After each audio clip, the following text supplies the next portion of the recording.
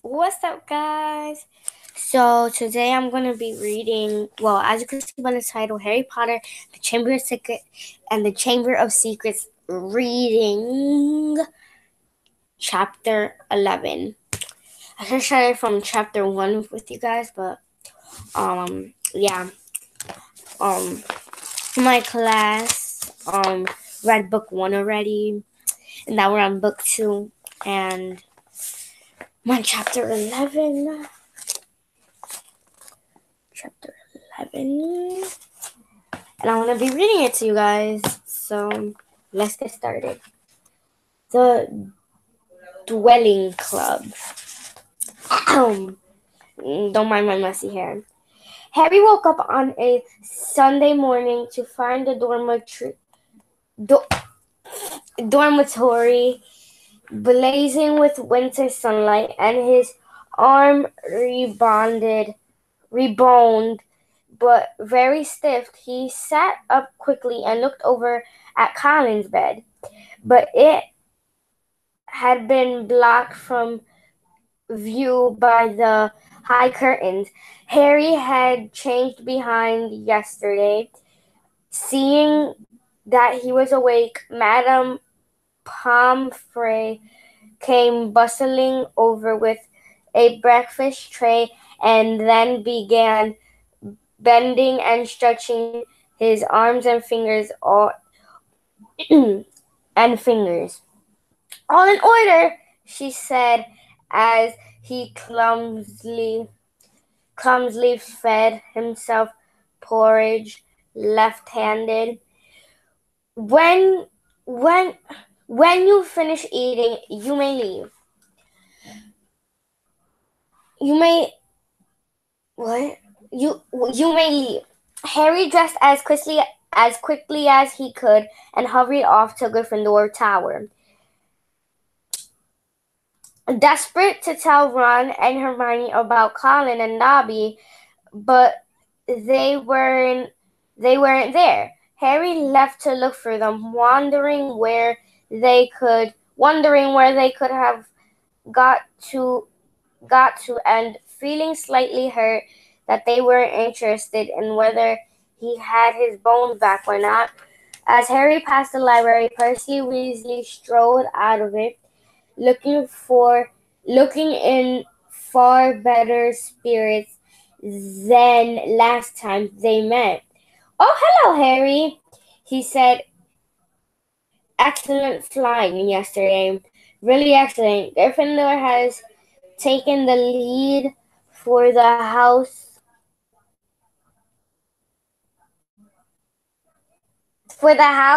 Cup. You guys, like, I'm so confused. Like, these books are like they're pain in the butthole, but they're son of a cheeseburger. You earned 50 points. You haven't seen Ron or Hermione, have you?"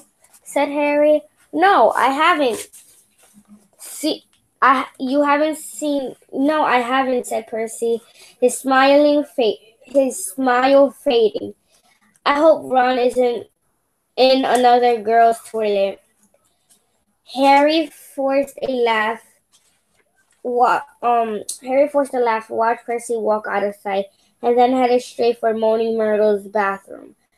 He couldn't see why Ron and Hermione would be in there again. But after making sure that neither Filch nor any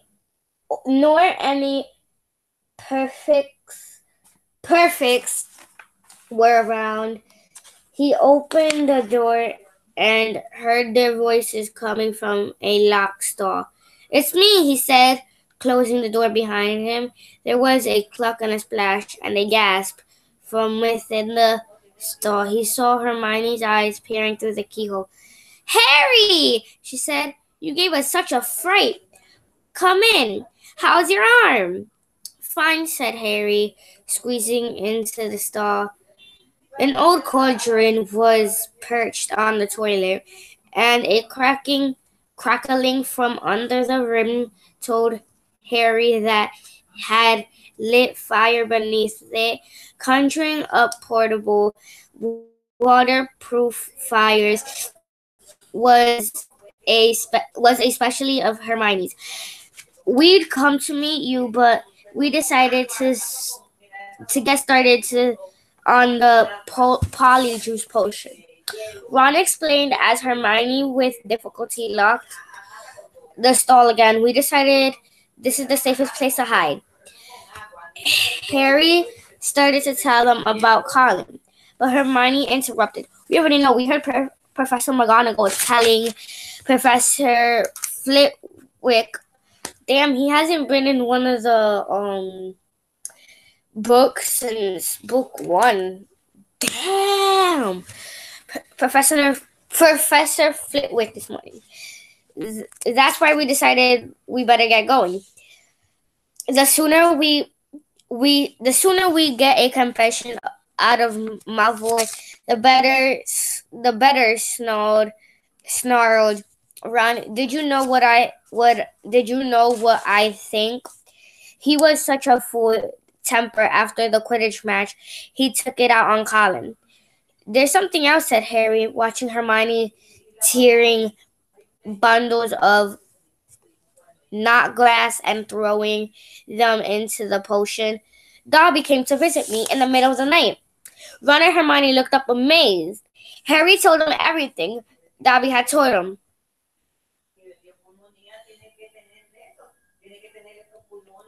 Or hadn't told him. Ron and Hermione listened with their mouths open. The Chambers of Secrets has been opened, Hermione said. This settles it. Hold on, where's my glasses, guys? I'm sorry I keep stopping. Oh well, I'm not gonna be able to see. Okay, we're all good. Who texted me? Hold on, guys, somebody texted me. Oh no, who texted me? Oh, I'll text them later, okay. This settles it, said Ron in a triumphant voice. Lucius Malfoy must have opened the Chamber of Secrets when he was at school here. And now he's told dear old Draco how to do it. It's obvious. Which Dobby told you what kind of monsters in there? Though, I want to know how come nobody's noticed it sneaking around in the school. Maybe it can make itself invisible, said Hermione, prodding leeches into the bottom of the cauldron. Or maybe it could disguise itself, pretending to be a suit of armor or something. I read about Chameleon, Chameleon. Let's call him Chameleon because obviously I can't talk right now.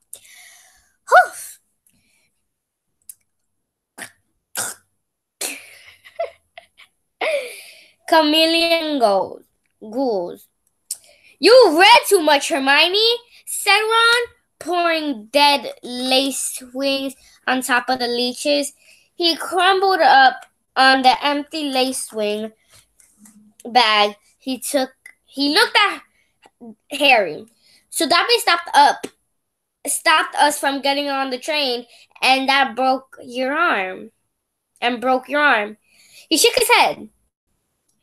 You know what, Harry? If he doesn't stop trying to save your life, he's gonna kill you.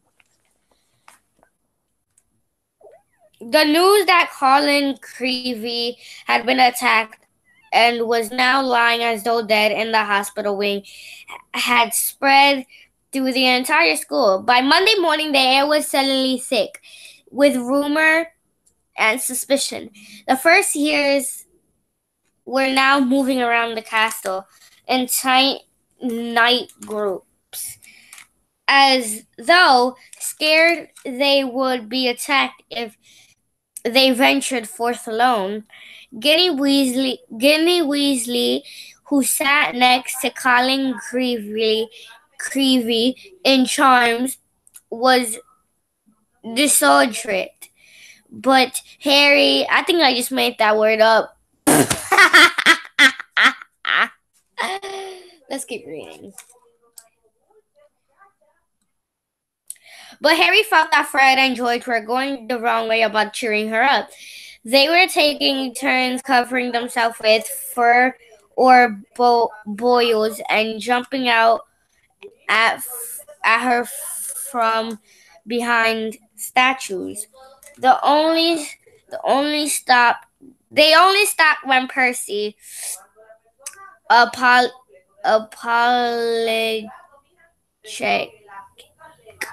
with rage told them he was going to write Mrs. Weasley write to Mrs. Weasley and tell her that Ginny was having nightmares. Meanwhile, hidden from the teachers, a roaring trade in man's amulets and other protective devices was sweeping the school. Neville Longbottom bought a large, evil-smelling green onion and a a pointed purple crystal and a rotting newt's tail before the other Gryffindor boys pointed out that he was in no danger. He was a pureblood and therefore unlikely to be attacked. They went for Flitch first. Neville said, his round face fearful. And everyone knows I'm almost a squib. In the second week of December, Professor McGonagall came around as usual, collecting names of those who would be staying at the school for Christmas. Harry, Ron, and Hermione signed her list. They had heard that Malfoy was staying, which struck them as very suspicious. The holidays would be the perfect time to use the Polyjuice potion, try to warm a confession about him. Unfortunately, the potion was only half finished. So if you can't see me, I'm gonna put this a little more down. Sorry, my tripod is broken, so I'm trying my best to make it work. Needed the bicorn horn and the boom slang skin, and the only place they were going to get them was from Snape's private stores. They let Snape catch robbing his office. What we need, said Hermione briskly, as Thursday afternoon's double potion lesson loomed nearer its diversion. Then one of us can sneak into Snape's office and take what we need. Harry and Ron looked at her nervously. I think I'd better do the extra stealing, Hermione continued in a matter of fact tone. You two will be expelled if you get in any more trouble, and I've got a clean record, so all you need to do is cause enough mayhem to keep Snape busy for 5 minutes or so. Harry smiled feebly, deliberately causing mayhem in Snape's potions class was about as safe as poking a sleepy dragon in the eye.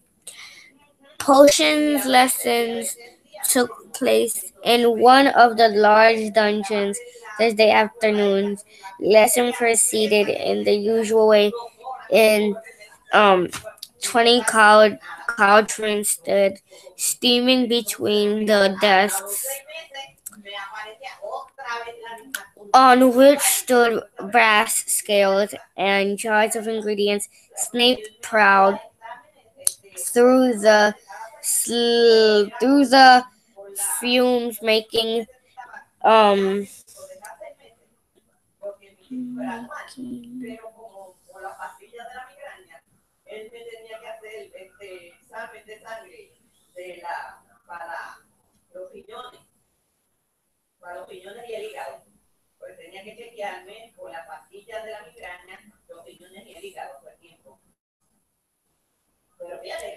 Fumes making wasping remarks about the Gryffindor work while the Slytherins sniggered productively. Draco Malfoy, who was Snape's favorite student, kept flicking pufferfish eyes at Ron and Harry, who knew if they realized that they would get detention faster than you could. Unfair. Harry's swelling solution was far too runny. He had his mind on more important things. He was waiting for Hermione's signal, and he hardly listened as Snape paused to sneer at his watery potion. When Snape turned and walked off to Hermione, bully Neville. Hermione caught Harry's eye and nodded. Harry ducked swiftly down behind his cauldron and pulled one of Fred's flibster, flibuster, flibber, fli, flibberbuster, flibuster. I don't know. I don't know how to read, guys. How many pages do I have left? Because I'm about to end this. Oh my god. Okay, not too many pages left, so I'm gonna hurry up. Fireworks out of his pocket and gave it a quick prod with his wand. The fireworks began to fizz and sputter. Knowing he had only seconds, Harry straightened up, took aim, and lobbed into the air. It landed right on target in Goyle's cauldron. Goyle's potion exploded, showering the whole class. People sneered as splashes of swelling solution hit them. Malfoy got a faceful, and his nose began to swell like a balloon. Goyle blundered around his hands all over his eyes, which expanded to the size of a dinner plate. Snape was trying to resort calm and find out what had happened. Though the confusion, Harry saw Hermione slip quietly into Snape's office. Silence! Silence! Silence! Silence! Snape roared. Anyone who has been splashed, come here for a deflating drop. When I find out who did this, Harry tried not to laugh. Harry tried not to laugh. As he watched Malfoy hurry forward, his head drooping with weight of a nose like a melon, as half of the class lumbered to Snape's desk, some weighed down with arms like clubs, others unable to talk throughout gigantic puffed-up lips. Harry saw Hermione slide back into the dungeon, the front of her robe bulging. When everyone had taken a swing of antidote, the rarest swelling and substance, Snape swept over to Goyle's cauldron and scoped out the twist black remains of the firework. There was a sudden hush. If I ever find out who threw this, Snape. If I ever find out who threw this, said Snape, whispered, I shall make sure this person is expelled. Harry arranged his face into into what he hoped was a puzzled expression. Snape was looking right at him as the bell rang. 10 minutes later could not have been more welcome. He knew it was me, Harry told Ron and Hermione as they hurried back to Moaning Myrtle's bathroom. I could tell Hermione threw the new ingredients into the cauldron and began to stir furiously. It will be ready in 2 weeks, she said happily. Snape couldn't prove it was you, said Ron wranglingly. Said to Harry, what can he do? Knowing Snape something foul, said Harry as the potion forward and bubbled. A week later, Harry and Ron and Hermione walked through the enchanted hall. When they saw a small knot of people gathered, the notice board, reading a piece of parchment paper that had been pinned up. Seamus, Fagin, and Dean Thomas beckoned them over, looking excited.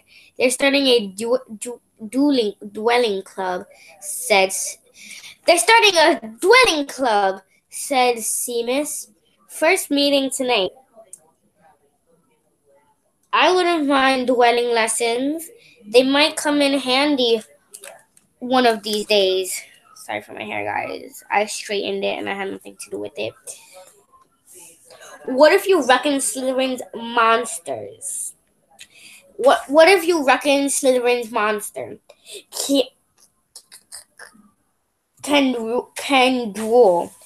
Said Ron, but he to read the sign with interest could be useful. He said to Harry and Hermione as they went into dinner. Shall we go? Harry and Hermione were all for it.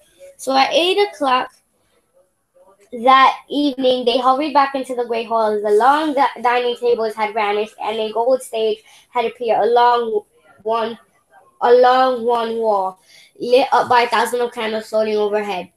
The ceilings were velvety black once more, and most of the school seemed to be packed method, all carrying their wands and looking excited. I wonder who will be teaching us, said Hermione, as they edged into the chattering crowd. Someone told me Flitwick was dwelling champion when he was young. Maybe it'll be him, as long as it's not. Harry began, but he ended on a groan. Gilderoy Lockhart was walking onto stage, repleasant in robes of deep plum and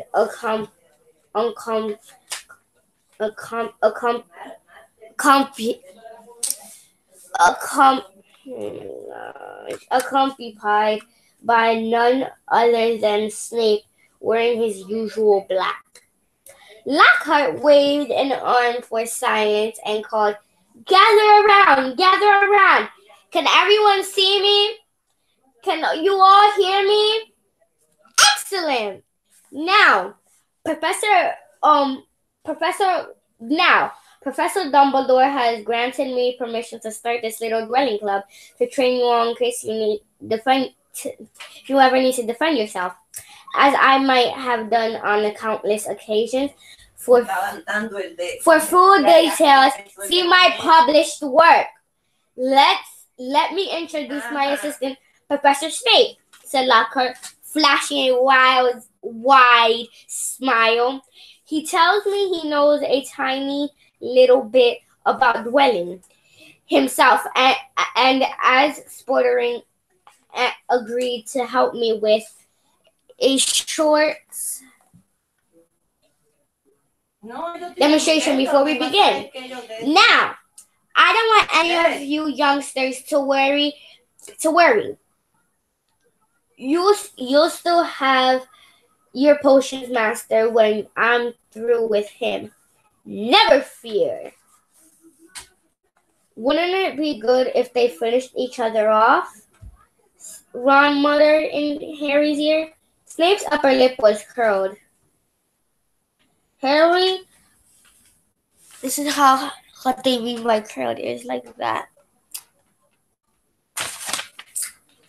Harry wondered why Lockhart was still smiling. Snape had... Wait, hold on, guys.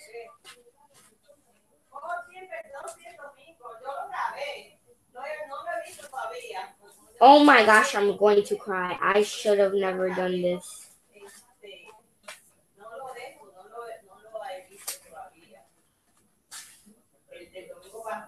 Guys, there's how many pages we have left.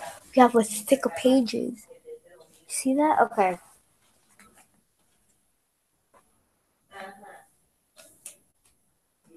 I'm gonna finish this page. I didn't even... Guys, you know what? There's gonna be a part 2 to this. So stay tuned. Make sure you're already on page 190. And if you're not, get to it, because there's gonna be a part 2 tomorrow. Bye.